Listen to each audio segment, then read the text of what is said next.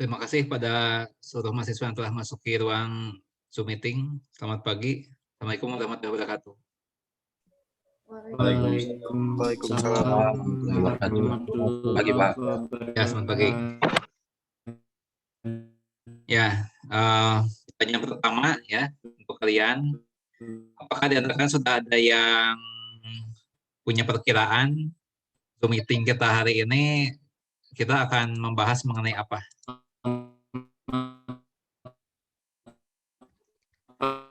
Mengenai distribusi sampling, Pak.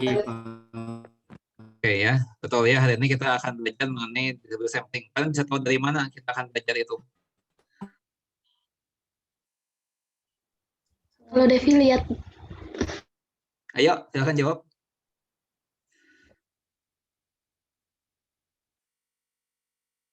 Bisa tahu dari mana? Dari VL, Pak. Soalnya minggu kemarin distribusi normal. Setelah distribusi normal itu materinya distribusi sampling rata-rata, Pak. Oke, betul ya. Hari ini kita akan belajar mengenai distribusi sampling Sepertinya lanjut rata-rata. materi yang dari virtual learning. Ya, betul ya. Hari ini kita akan belajar dua, yaitu distribusi sampling rata-rata dan dalil limit pusat ya. Kedua hal itu terkait ya, ada hubungannya. Nah, sekarang saya mulai dulu dari distribusi sampling rata-rata ya.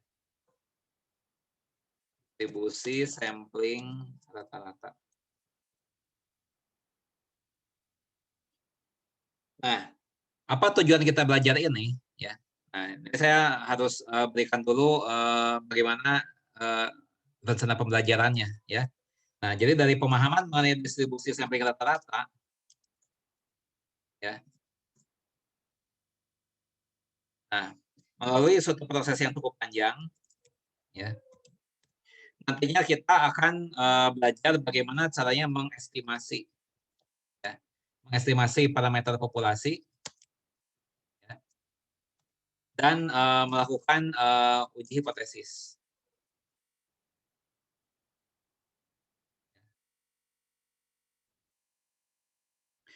Nah, jadi sasaran akhirnya ini ya, estimasi parameter populasi dan uji hipotesis. Nah, nantinya akan ke sini. Ya. Nah, berangkatnya dari sini ya, untuk belajar itu ya, untuk belajar mengestimasi ini ya, kita berangkatnya dari distribusi sampling rata-rata. Ya. Nah, sekarang saya mau bahas pintas dulu ya mengenai estimasi parameter populasi. Ya, saya mau bahas pintas mengenai ini. Ya. Misalnya begini, ya. Misalnya kita mempunyai sebuah populasi, ya. Itu populasi mahasiswa angkatan kalian, ya. Apa misalnya mahasiswa angkatan 2000 ini, ya, itu memuat atau ada sebanyak, anggaplah misalnya ada 500 orang. Ya. Anggaplah angkatan 2000 ini sebanyak 500 orang mahasiswa. Ya. Nah, saya ingin mengetahui misalnya berapa rata-rata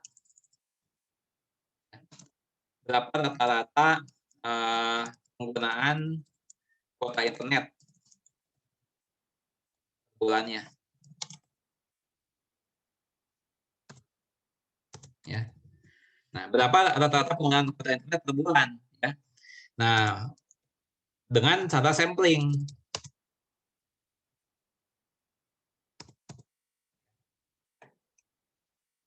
Nah, kemudian saya melakukan sampling, ya, misalnya terhadap 5 orang, ya.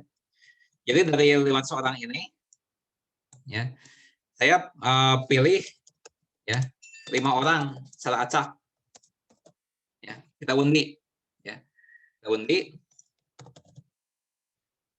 Ternyata terpilih 5 orang mahasiswa, ya, A, B, C, D, dan E. Ya. Nah, Kemudian saya tanyai ya, A ini berapa banyak kuota internet yang dihabiskan per bulan ya. Misalnya A menjawabnya 100 GB. Nah, kemudian misalnya B ya, itu misalnya 200 GB. Nah, C ya, itu misalnya 400 GB. Ya. D ya, misalnya 100 GB. Ya. E 400 GB. Nah, kemudian saya menghitung rata-rata sampel ya, dari sampel ini saya buat saya hitung rata-ratanya ya. Saya hitung rata-ratanya.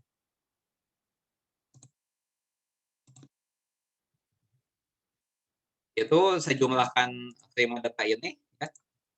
100 ditambah 200 ditambah 400 ditambah 400 100 tambah 400 bagi 5 ya. Nah, ini apa? Ya, 100 tambah 200, 300, 700, 800, 1200. 1200 dibagi 5. Ya, berapa? 210, Pak. 200? 210 200 bagi. GB. Oke.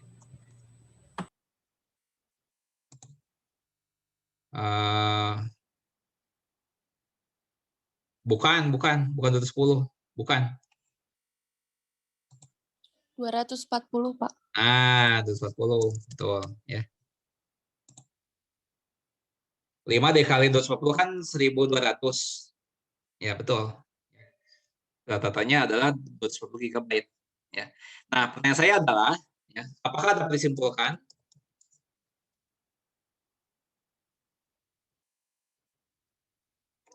bahwa rata-rata penggunaan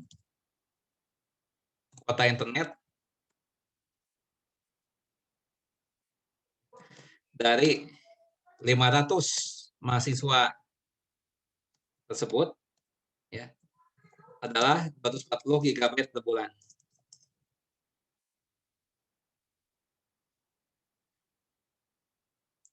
Coba, siapa yang bisa menjawab pertanyaan ini? Apakah dapat disimpulkan bahwa rata-rata penggunaan kuota internet dari 500 mahasiswa tersebut adalah 240 GB per bulan? Apakah bisa disimpulkan demikian atau tidak?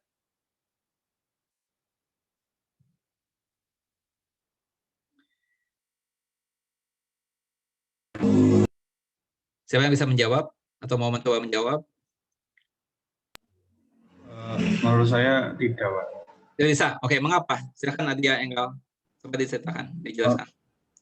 Karena kan itu karena hasil sampling, Pak. Sedangkan totalnya kan ada 500 orang, sedangkan itu yang diambil cuma 5 orang, kan tidak mesti dari 500 orang itu sama dengan yang 5 orang itu, Pak. Ya, dan kalian ini belum tentu mewakili. Betul, Nadia? Jadi ini belum tentu mewakili yang 500 orang. Betul? Betul, Pak. Oke, nah ini masih Adia ya, Adia lanjutkan ya. Seandainya saya mengulangi lagi sampling ini, saya ulangi lagi dari awal ya. Saya pilih lagi 5 orang secara acak ya. Saya pilih lagi 5 orang secara acak, entah siapa yang terpilih, kemudian saya hitung lagi rata-ratanya. Apakah hasilnya itu sudah pasti sama 240 GB atau mungkin yang lain lagi? Beda lagi, Pak. Soalnya diambil dari orang yang berbeda lagi, Pak. Ya, betul ya. Nah, di sini kita mengenal ya. Di sini kita paham bahwa dalam proses sampling ini ya itu pasti ada sifat untung-untungan. Ya, dalam arti di sini ada ketidakpastian ya. Ada ketidakpastian siapa saja yang akan terpilih sebagai sampel ya. Dan karena tidak ada kepastian mengenai siapa yang akan terpilih, ya, akibatnya nilai rata-ratanya juga tidak pasti, tergantung dari siapa yang terpilih sebagai sampel, ya. Nah, sehingga di sini kita dapat menyimpulkan bahwa, ya, di dalam proses sampling ini, ya, ada berbagai kemungkinan hasil, ya, ada berbagai kemungkinan hasil sampling, ya, ada berbagai kemungkinan hasil berupa nilai rata-rata sampel itu akan beraneka ragam kemungkinannya. Itulah yang akan dipelajari, ya. Jadi berdasarkan populasi tertentu, ya, berdasarkan populasi tertentu yang diketahui, kita akan mencoba melakukan peramalan, ya, mengenai hasil-hasil sampling yang mungkin, ya. Nah, Adia Enggal dapat skor cukup besar, ya. Adia Enggal ya mendapat skor 5. Ya. Oke. Nah, sehingga, ya, dalam proses sampling ini ada sebuah keuntungan sehingga, ya, akan ada keberagaman mengenai, ya, nilai rata-rata sampel yang akan diperoleh. Akan ada keberagaman mengenai nilai rata sampel yang akan diperoleh. Ya. Nah, mudah-mudahan ini bisa dipahami, ya. Nah, karena yang terpilihnya bisa berbagai kemungkinan orang, ya, maka nilai rata-ratanya akan beraneka ragam kemungkinan, ya. Nah, itulah yang akan kita pelajari, ya. Nah, secara umum, ya, kita akan belajar mengenai distribusi sampling rata-rata dan estimasi ini dalam 2 arah, ya. Arah pertama, ya, arah pertama itu yang diketahui, ya, populasinya seperti apa, ya. Nah, kemudian, ya, kita melakukan peramalan, ya, ya. Hasil samplingnya akan seperti apa?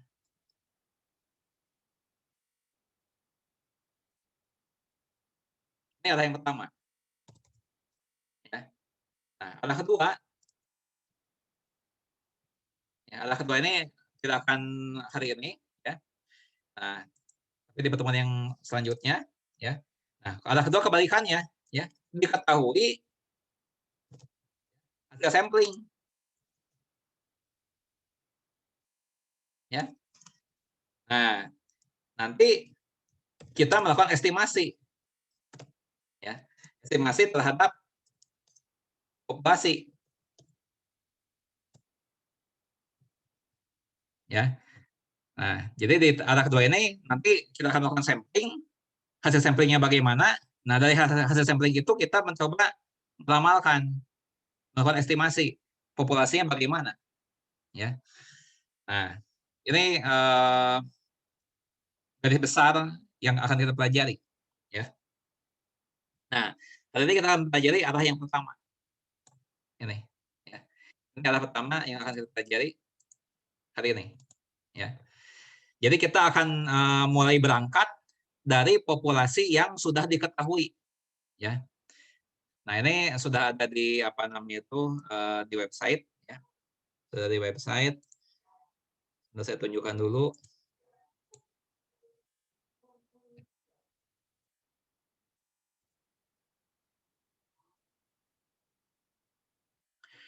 Nah, ini, ya, judulnya distribusi sampling rata-rata. Nah, ya. Seperti saya katakan tadi, arah pertama itu adalah kita berangkat dari populasi yang sudah diketahui, ya. Jadi kita menganggap, ya, kita sudah mengetahui anggota populasinya seperti ini, ya. Nah, di dalam keadaan yang sesungguhnya, di dalam praktek, ya, ya, biasanya anggota populasi ini sangat banyak, ya, atau bahkan hingga banyaknya. Ya, pada praktek seperti itu. Ya. Tapi di sini kenapa cuma sedikit? Kok cuma anggota populasinya cuma 5? Ya. Nah ini agar apa namanya itu diskusinya atau agar kita menggunakan waktu yang lebih sedikit ya, untuk mengerjakannya. Ya. Kalau populasinya banyak, nanti kita habis waktu untuk mengerjakan. Ya.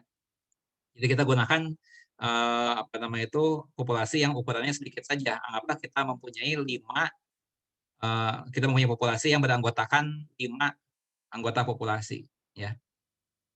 Nah ini populasi berat badan. Ya. Populasi berat badan berarti 5 orang tertentu lah ya. Nah kemudian ya kita akan melakukan sampling. Ya. Nah kalau kita bicara mengenai sampling, ya di sini ada 2 hal yang perlu diperhatikan. Ya. Yang pertama adalah bagaimana sampling itu dilakukan. Ya.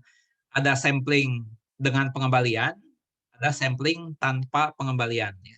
Jadi ada sampling with replacement dan sampling without replacement. Ya. Nah itu dari jenis samplingnya. Yang kedua adalah ukuran sampelnya. Ya. Jadi dari anggota populasi ini sampelnya mau berapa banyak? Ya, jadi ada 2 hal di sini yang akan membedakan, ya, yaitu cara sampling dilakukan, ya, dan ukuran sampelnya. Ya. Nah di sini di apa namanya itu dicontohkan berapa cara sampling, ya. Nah yang bagian pertama ini sampling tanpa pengembalian, ukuran sampelnya 3. Ya. Nah hasilnya seperti ini hasilnya, ya. Nah yang kedua sampling dengan pengembalian, ukuran sampel 2. Ya. Nah, itu bagaimana? Ya. Nah,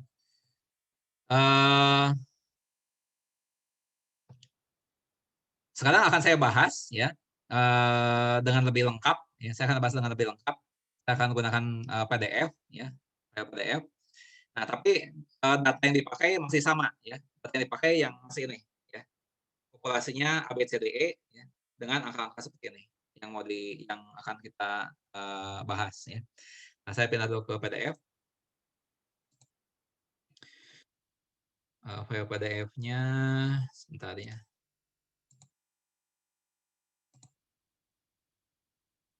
Nah ini, ya. Nah ini salinan dari tabel tadi, ya. Ini anggota populasinya.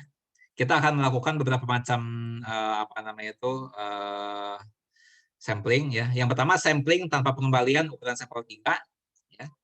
Kemudian adalah sampel sebentar, ada 3 ya sebentar ya. Ini ukuran sampling tanpa pengembalian ukuran 3, kemudian sampling dengan pengembalian ukuran sampel 2. Oh, 2 ya, 2 macam. Oke. Ya. Sekarang kita bahas dulu ini. Ya. Sampling tanpa pengembalian ukuran sampel 3. Ya. Nah, bagaimana ini dilakukan? Ya. Nah, caranya begini, ya. Dari 5 anggota populasi ini, ya, saya memilih secara acak, ya, saya undi 1, ya, sebagai sampel yang pertama, ya. Nah, misalnya yang terpilih, misalnya C, ya, C terpilih sebagai sampel yang pertama. Nah, kemudian C itu diukur berat badannya berapa? Oh, ternyata 60 kg, ya. Nah, kemudian C ini, ya, itu dikeluarkan dari populasinya, ya. Itu maksudnya tanpa pengembalian, sehingga, ya, sekarang populasinya berkurang, tinggal A, B, D, dan E. Nah, kemudian saya melakukan sampling yang kedua. Saya mengambil sampel yang kedua. Diundi lagi. Ya, diundi lagi siapa nih di antara A, B, D, dan E. Oh, ternyata yang kedua ini yang terpilih A. Nah, kemudian A ini diukur berat badannya, kemudian dikeluarkan dari populasinya. Ya, berarti sekarang populasinya tinggal 3 orang anggota. Ya, sisa B, D, dan E. Itulah sebagai akibat tanpa pengembalian. Ya. Populasinya berkurang anggotanya. Nah, kemudian diundi lagi, ya, siapa di antara B, D, dan E itu, ya, yang terpilih. Nah, ternyata yang terpilih adalah B, ya, ternyata B yang terpilih. Nah, B itu diukur berat badannya, kemudian dikeluarkan dari populasi, ya. Berarti dari sampling ini terpilih, ya, 3 orang, yaitu A, B, dan C, ya. Nah, A, B, dan C ini berat badannya kita rata-ratakan, ya. 78 ditambah 60 ditambah 60 dibagi 3, ya, dibagi 3. Nah, hasilnya adalah 66, ya. Jadi 66 ini dari 78, 60, 60, ya. Nah, itu kalau kebetulan A, B, dan C yang terpilih, ya. Kalau misalnya orang lain lagi gimana, ya? Misalnya bisa saja yang pertama B, yang kedua D, yang ketiga E, bisa begitu kan? Nah, kalau yang pertama B, yang kedua D, dan yang ketiga E, ya, maka berapa rata-rata yang akan diperoleh? Ya, 60 ditambah 54 ditambah 48 dibagi 3. Ya, dapatlah angka 54. Ya. Demikian seterusnya. Ya. Jadi tabel yang kedua ini di tengah, ini menunjukkan kemungkinan orang-orang yang terpilih sebagai sampel. Ya, semuanya ada 10 kemungkinan. Ya. Nah, ini adalah nilai rata-rata berat badan yang dihasilkan dari masing-masing sampel. Ini, ya.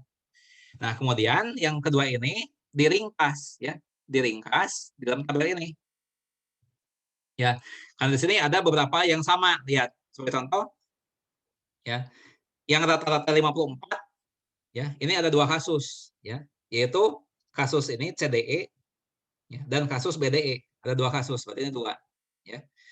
Nah, tapi kalau yang 56 cuma ada 1, yang ini nih, ya, yang 56 B, C, dan E. Kalau yang 62 ini ada 2 kasus, ya, yaitu ABE dan ACE, ya, ada 2 kasus. Jadi tabel ini diringkas seperti ini, ya. Kemudian dihitung frekuensi relatifnya, ya. 20% dapat dari mana? Dari 2 dibagi 10, dapat 20%, ya. Dari mana 10%? 1 dibagi 10, ya, 10%. Nah, kemudian dari tabel ini, ya, diperoleh gambar ini nih, ya, diperoleh grafik ini nih, ya. Ini tabel yang tadi, ya, tabel yang ini disalin lagi nih, tabel yang ini yang kanan disalin lagi ke sini, ya. Nah, ini bisa juga ditampilkan dalam bentuk apa namanya itu grafik, ya. Nah, apa yang ditunjukkan, ya? Apa yang ditunjukkan oleh tabel atau grafik ini? Yang ditunjukkan, ya, itu adalah distribusi sampling rata-rata. Itulah yang ditunjukkan, ya. Yaitu di sini ditampilkan, ya,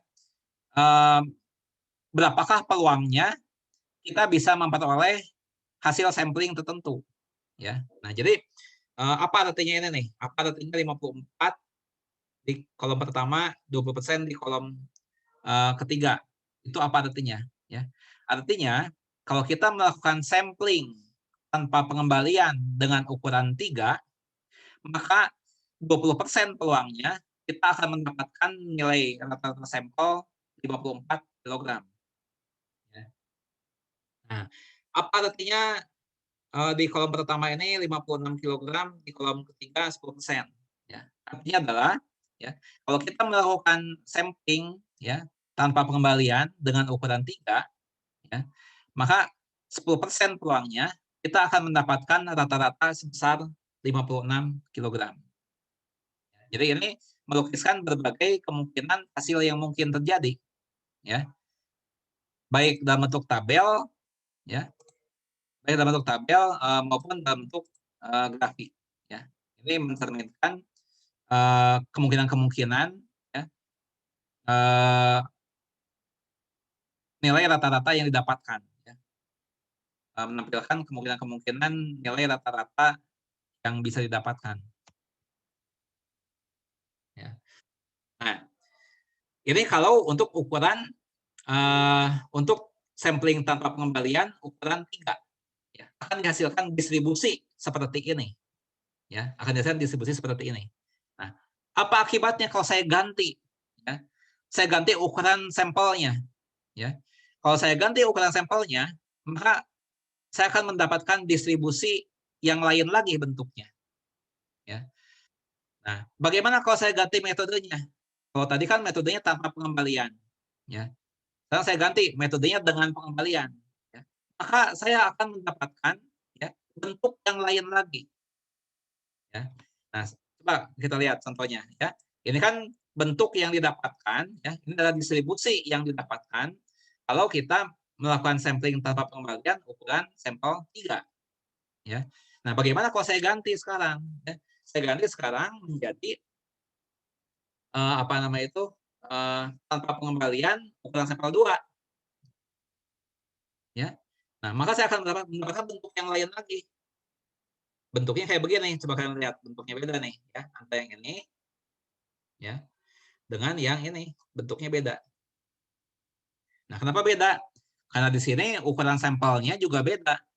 Ya, walaupun metode samplingnya sama tanpa pengembalian, tapi karena beda ukuran sampelnya, ya, makanya bentuknya beda lagi. Dapat dari mana ini? Nah, caranya sama seperti tadi. Ya, hanya ini menggunakan 2 sampel, makanya ini kan cuma 2 nih, lihat nih, AB, AC, AD. Ya, kalau tadi kan 3, ya, ABC, ABD. Ya, kalau sekarang 2, karena saya ganti ukuran sampelnya nih, kan. Nah, ini nih, ya, ini ukuran sampelnya saya ganti. Ini bentuknya beda lagi, ya, bentuknya beda lagi. Nah, sekarang bagaimana? Ya, kalau saya ganti metode samplingnya, saya ganti dengan metode dengan pengembalian. Ya, nah ini, sampling dengan pengembalian ukuran sampel 2.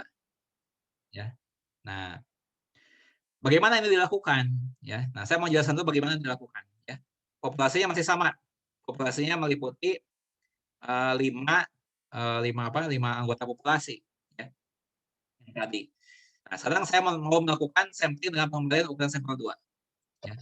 Maka pertama kali saya mengambil sampel yang pertama, diambil secara acak ya dari 5 orang ini. Diundi, ya, diundi siapa yang mendapatkan, ya. Siapa yang terpilih sebagai sampel pertama. Misalnya, ya, terambil E, terpilih E, ya.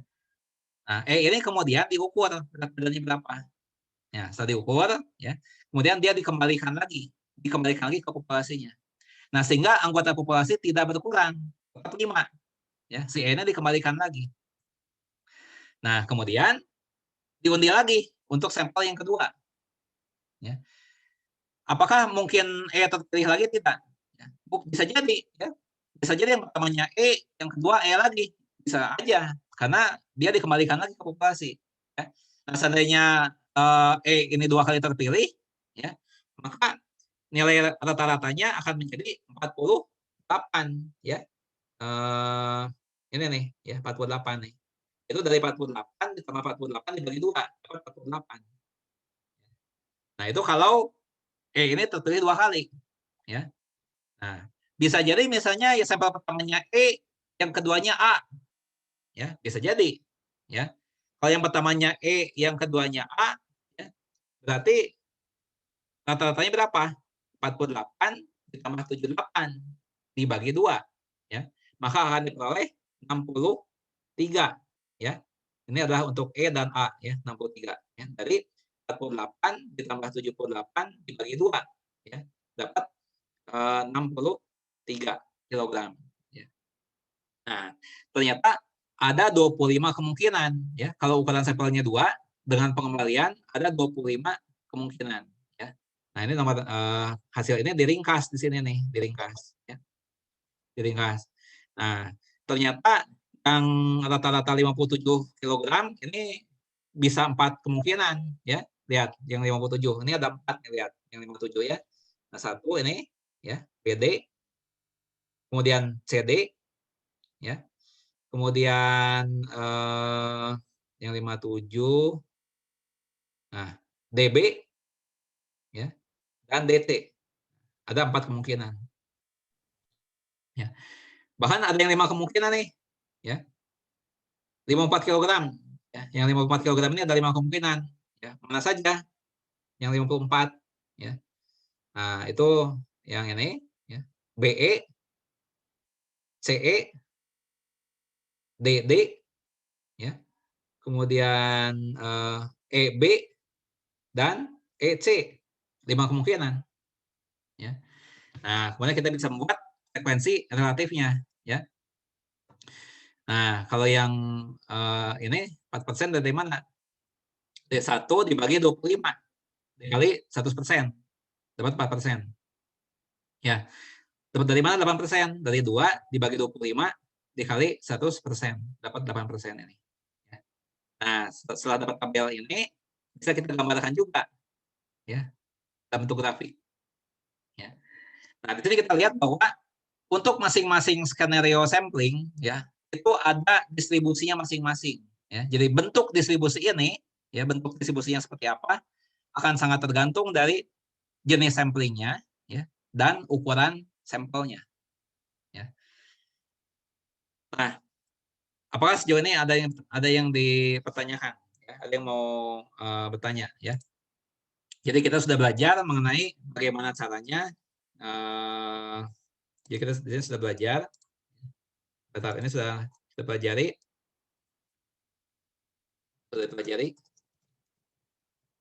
Ya. Itu adalah bagaimana caranya, ya, membentuk,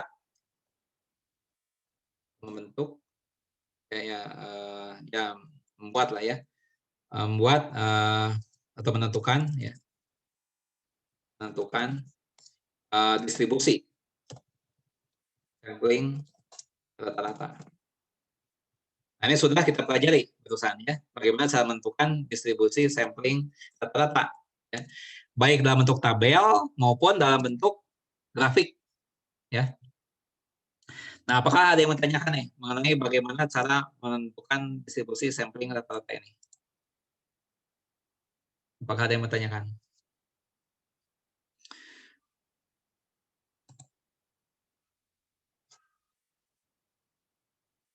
Ya. Oke, nggak ada pertanyaan? Kita lanjutkan. Ya. Nah, berikutnya, ya, kita akan belajar bagaimana keterkaitan antara, ya, antara parameter populasi dengan parameter distribusi sampling rata-rata. Nah, ini yang mau dibahas. Keterkaitan antara parameter populasi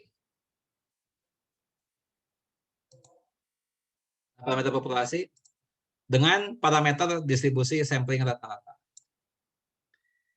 Keterkaitannya bagaimana? Ya.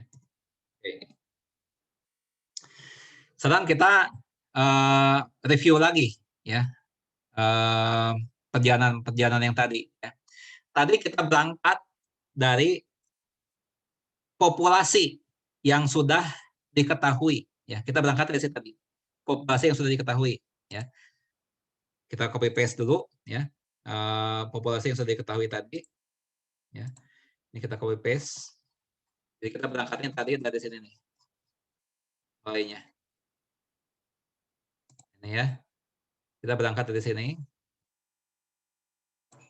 Oke, kita copy paste. Ke Microsoft Word. Nah, ini ya. Nah, ya. Diketahui populasi sebagai berikut. Ya. Ini berangkatnya dari populasi yang diketahui. Ya. Nah, tentu saja populasi ini mempunyai rata-rata dan simpangan baku. Tentunya populasi ini, ya, mempunyai rata-rata dan simpangan baku. Ya. Nah, bagaimana cara menghitungnya? Itu sudah saya bahas sebelum UTS, ya, bagaimana cara menghitung rata-rata, Ya. Nah, bagaimana cara menghitung simpangan baku? Ini sudah diajarkan sebelum UTS ya. Oh ya, sebelum simpangan baku variansi.